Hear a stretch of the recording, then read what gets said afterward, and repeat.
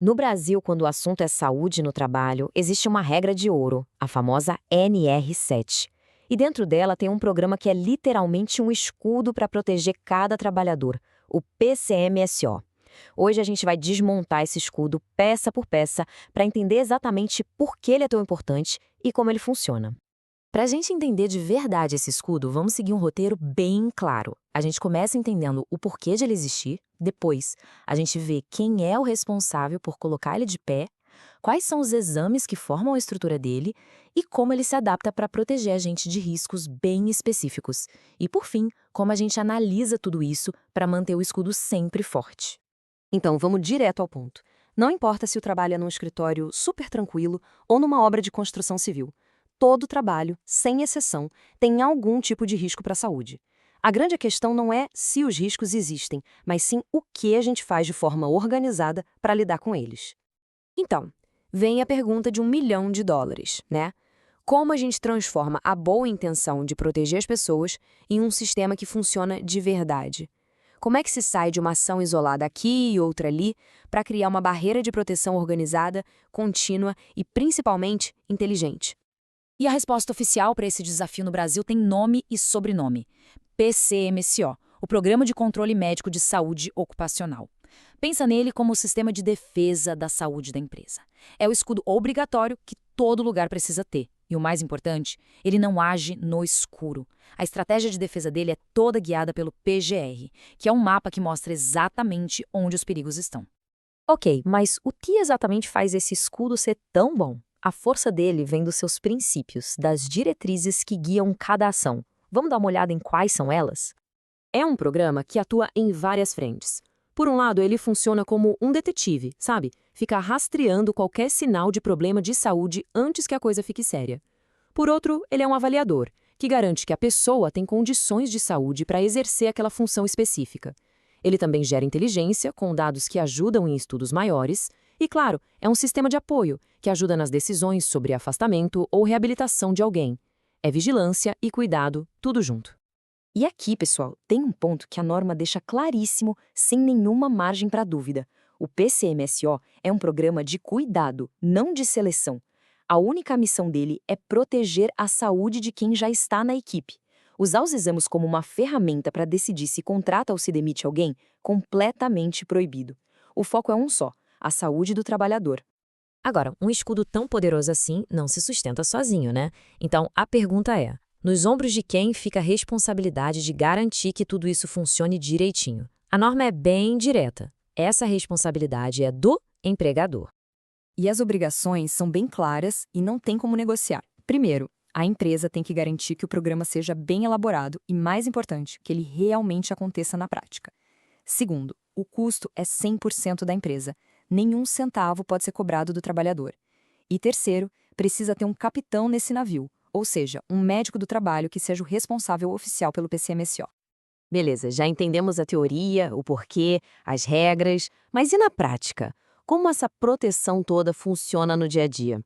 Bom, o coração do PCMSO pulsa através de uma série de exames médicos que são obrigatórios. Eles são basicamente a espinha dorsal de todo o sistema. O ponto central aqui é que a saúde do trabalhador é acompanhada numa linha do tempo completa. Começa lá no portão de entrada, com o exame admissional, antes mesmo de começar a trabalhar. Continua com os check-ups periódicos durante todo o tempo de empresa. E tem exames em momentos-chave, como na volta de um afastamento mais longo ou numa mudança de função. E, claro, até no portão de saída, com o demissional. É um monitoramento 360 graus, do começo ao fim. E o sistema é inteligente. Ele não é uma receita de bolo igual para todo mundo. A frequência dos exames se adapta ao risco de cada um. Para quem está exposto a riscos maiores ou já tem alguma doença crônica, o check-up é anual, no mínimo. Já para os outros trabalhadores, pode ser a cada 2 anos. É uma proteção, digamos, personalizada. Agora, vamos dar um zoom para ver mais de perto. Como é que esse escudo se comporta quando a ameaça é bem específica, bem conhecida? É aí que entram os anexos da NR7.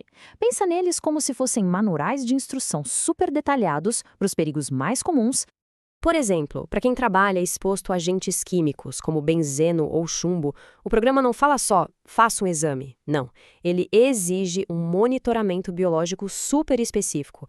Esse quadro mostra como a norma determina exatamente qual substância procurar no corpo, onde procurar e até o melhor horário para fazer a coleta.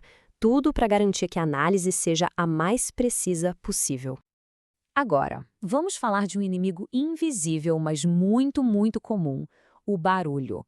O anexo 2 da norma vai direto ao ponto para atacar a PAINSEC, que é a perda de audição causada pelo ruído excessivo. A lei não trata isso como um simples incômodo, não. É um dano sério à saúde. E como se combate esse risco? A arma é específica e obrigatória. São os exames de audiometria. Todo mundo que trabalha exposto a ruído acima do limite de segurança precisa fazer esse exame. O objetivo é criar uma espécie de biografia da saúde auditiva da pessoa, desde o primeiro dia, para que qualquer mínima alteração seja pega logo no começo. E agora a gente chega na peça final desse quebra-cabeça, a inteligência do sistema. Porque, vamos combinar, não adianta nada fazer um monte de exames se os resultados não forem registrados, analisados e, o mais importante, usados para deixar a proteção cada vez mais forte. O documento que oficializa cada uma dessas avaliações é o famoso ASO, o Atestado de Saúde Ocupacional. Pensa nele como o veredito médico oficial depois de cada exame. Ele não só prova que o controle foi feito, como também deixa tudo preto no branco, dizendo se a pessoa está apta ou inapta para aquela função. É a peça que dá segurança, tanto para a empresa quanto para o trabalhador.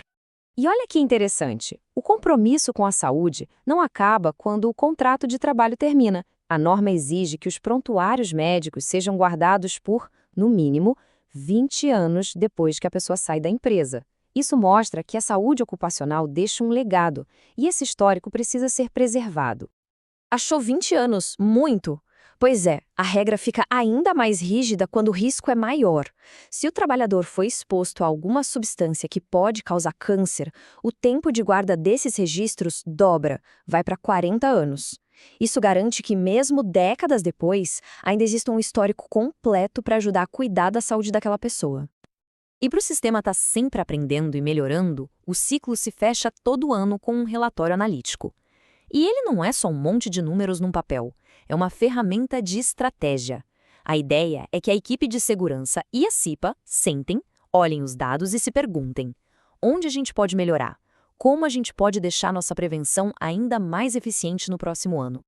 E depois de ver todos esses mecanismos de proteção, de rastreamento, de análise, a pergunta final fica no ar, né?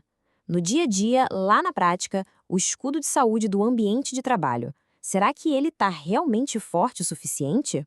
Uma boa reflexão para a gente levar.